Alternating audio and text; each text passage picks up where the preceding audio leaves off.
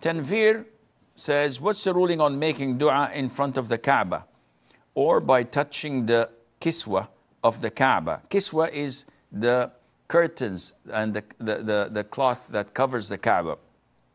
Is there more possibility of dua getting answered there? First of all, the place is sacred. And for me here in the studio to make dua is definitely not like when I am in the haram, in the vicinity of the Kaaba, in the most sacred spot on earth, and I make dua.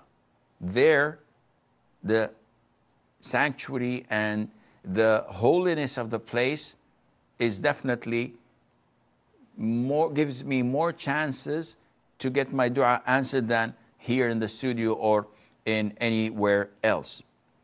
However, touching the cloth of the Kaaba or thinking that touching the Kaaba itself would make my dua more answerable, this is an innovation. A lot of the Muslims coming from all over the world, and when they go to Mecca, they make a lot of innovations. A lot of them touch the Maqam of Ibrahim, the glass golden structure there where Ibrahim stood, peace be upon him. And they seek barakah. They go and they rub the cloth of the Kaaba and they seek barakah. This is totally prohibited and wrong. Ibn Abbas, the cousin of the Prophet ﷺ, one of the great scholars of Islam and the great companion, was with Muawiyah ibn Abi Sufyan, may Allah be pleased with him, and with his father, the Caliph of the Umayyad Khilafah. And while Muawiyah was going round the Kaaba in Tawaf, he used to touch all the four corners of the Kaaba. So Ibn Abbas told him, do not do this.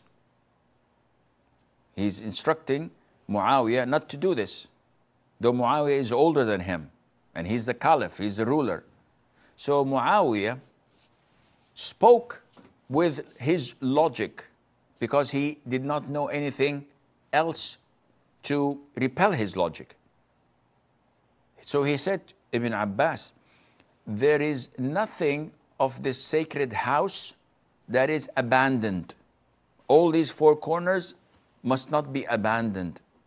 He said, yes, I agree with you, but I saw the Prophet ﷺ only wiping on the Yemeni corner and kissing and wiping over the black stone. These are the only two corners, and the rest he did not touch. And Allah Azza wa Jal told us that we have in our Prophet ﷺ a good example to follow and to resemble. Muawiyah immediately refrained because he got the evidence. So he did not touch any of the other two corners after that. From this we learn that touching and seeking the blessing and the barakah from anything else, it has to be through and channeled through the sunnah of the Prophet ﷺ. Otherwise, you will be committing a sin and an innovation. So I hope this answers your question.